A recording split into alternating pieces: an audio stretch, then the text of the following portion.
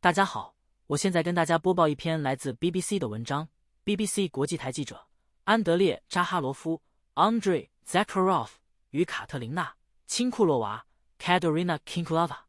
1953年3月5日，苏联领导人约瑟夫·斯大林去世，整个苏联似乎陷入了哀悼之中。但在悲痛的外表背后，人们对这位领导人的看法并不一致。在他统治期间，苏联数百万人在政治清洗和饥荒中丧生，另外还有数百万人忍受住贫困。在那段时间，苏联曾有3个男孩并不屈服于斯大林的权威。在斯大林执政的近30年里，他对外表现出的是一种不容置疑、一言九鼎的威权，对不同意见实施残酷的镇压。然而，苏联却又同时发生了抗议活动。这些抗议活动虽然并不频繁，规模也并大，但却很好地表明，许多人并不与极权主义政权保持思想上的高度一致。其中一次活动发生在乌拉尔 （Urals） 山脉地区的工业城市车里亚宾斯克 （Chelyabinsk）。乌拉尔山区是俄罗斯欧洲和亚洲部分的分界线，而这座城市是一家拖拉机制造厂的所在地。1953年3月5日，苏联领导人约瑟夫·斯大林去世，整个苏联似乎陷入了哀悼之中。但在悲痛的外表背后，人们对这位领导人的看法并不一致。在他统治期间，苏联数百万人在政治清洗和饥荒中丧生，另外还有数百万人忍受住贫困。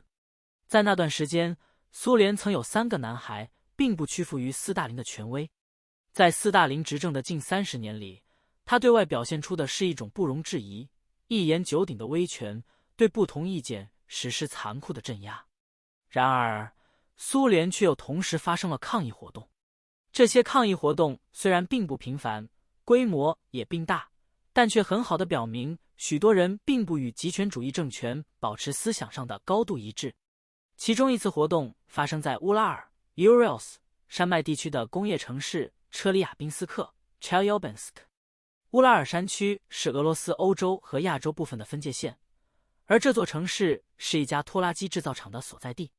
尽管普遍认为斯大林时代极为专制，但他统治的苏联并不缺乏质疑的声音。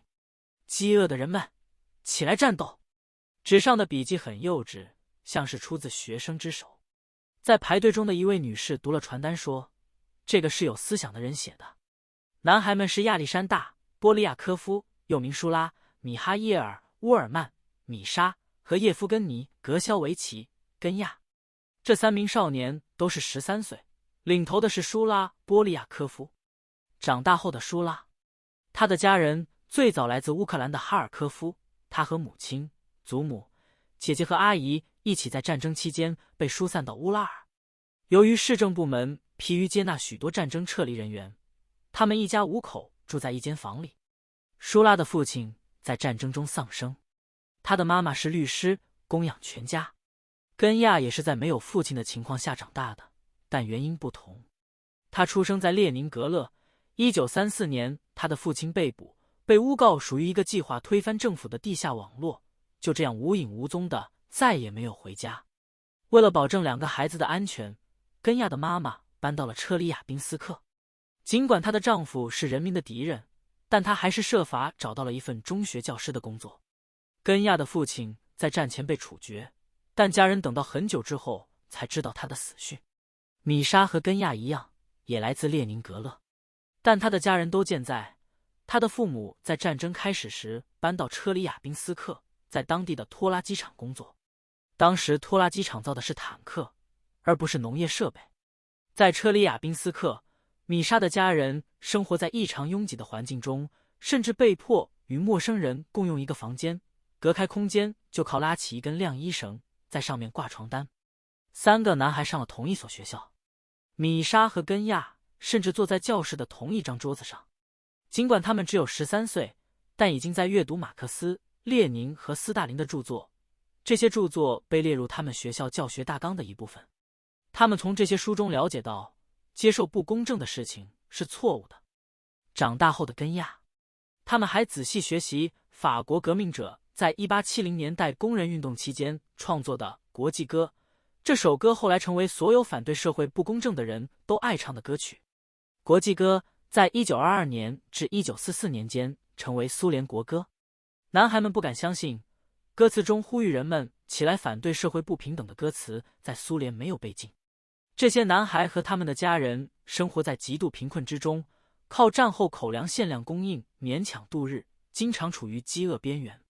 苏联有一个流行的笑话，说1945年2月二战接近尾声时，美国、英国和苏联的领导人聚集在雅尔塔会议上，讨论应该用什么方法处决希特勒。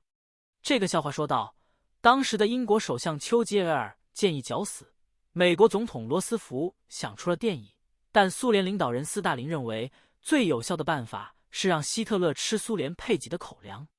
这个笑话笑点在于，丘吉尔和罗斯福都同意了斯大林的提议，说这将会是最残酷的惩罚，青年时代的米沙。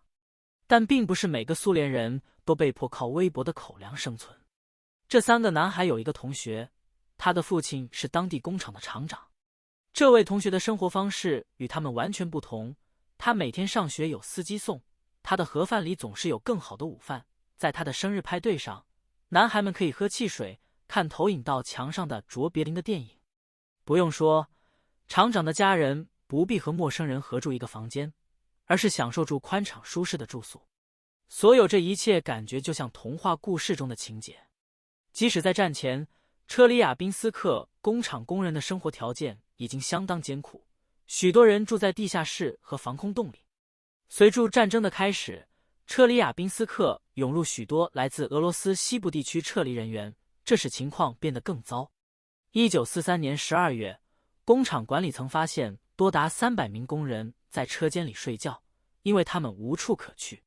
有些人说他们没有冬衣，其他人说没有鞋子，他们不能离开工厂。虽然人们有心理准备在战争期间忍受困难，但战争结束后，他们对当局的耐心却消失了。在为打败纳粹德国感到高兴的同时，车里亚宾斯克的许多人对继续忍受屈辱、生活没有着落感到不满。战后不久，在车里亚宾斯克拖拉机厂附近开设了一个公园，但生活条件仍然很困难。三个男孩听到大人们抱怨地下室潮湿、屋顶漏水、用野菜熬汤、4年没有用过肥皂以及许多其他生活问题。他们经历了极端贫困，觉得自己已经一穷二白，所以没有什么好怕的。他们对观察到的社会不公正问题越来越不满，对苏联宣传中所描述的社会主义国家的生活与他们亲眼所见现实之间的差距也越来越愤怒。1946年4月的一天，男孩们从学校笔记本上撕下一页，写道：同志们，工人们，看看你们周围吧。政府一直在解释说战争造成我们的种种问题，但战争已经结束。您的情况有所改善吗？没有。政府给了你什么？什么都没有。你听到的是孩子们有个快乐的童年，但你的孩子却在饿住肚子。同志们，看看周围，搞清楚到底发生了什么。最初，男孩们只在晚上张贴传单，但几天后，他们变得更加大胆，不再担心后果。他们甚至让几个同学帮忙。内务人民委员部安全部门，也就是后来克格勃和如今被称为联邦安全部门 FSB 的前身，很快就知道了情况。不久就发现反政府传单是由这些学校的少年制作的。学校每个学生都被检查了笔记，以找出罪魁祸首。车里亚宾斯克的孩子们全部被要求写出同志和快乐童年等词。20世纪40年代末的车里亚宾斯克州共产党会议，根亚是第一个被捕的人，然后是舒拉。1946年5月，迪米沙也被抓。他们的家人既震惊又恐惧。这些男孩受到安全部门反复审查，安全部门试图以他们是纳粹同情者来判罪。少年们愤愤不平，虔诚的马克思主义者怎么可能同时是纳粹分子呢？根亚和舒拉于1946年8月受审，被判犯有传播反苏宣传罪。他们被判处3年少年监狱监禁。那是段可怕的经历，他们经常遭到其他因刑事犯罪入狱的年轻囚犯的殴打和骚扰。老年米沙很幸运，因为他被捕时还不到14岁，他逃脱了惩罚。他的父母很快搬回列宁格勒，远离车里亚宾斯克安全部门。根亚和舒拉后来也被释放了，他们在1946年底被判缓刑获释。也许因为他们都很年幼，使他们逃脱了更严厉的后果，但也有可能安全部门和法官对这些年幼的反动分子发自内心的真诚感到吃惊。尽管他们生活在历史上最为集权的国家里，却仍然相信可以对社会不公正表达抗议，并通过抗议迫使政府改善工人的生活条件。老年根亚。后来，米莎和舒拉都移民到以色列。舒拉至今与妻子生活在以色列，还接受了 BBC 的采访。米莎后来移居澳大利亚，于2021年去世。根亚在1940年代后期再次被捕，不久后，他因涉嫌有反对苏联倾向被大学开除。他被判处了10年徒刑，但在1953年斯大林死后不久，与数百万其他受害者一样获得释放。他于2010年代去世。谢谢大家收看，欢迎给我们节目点赞。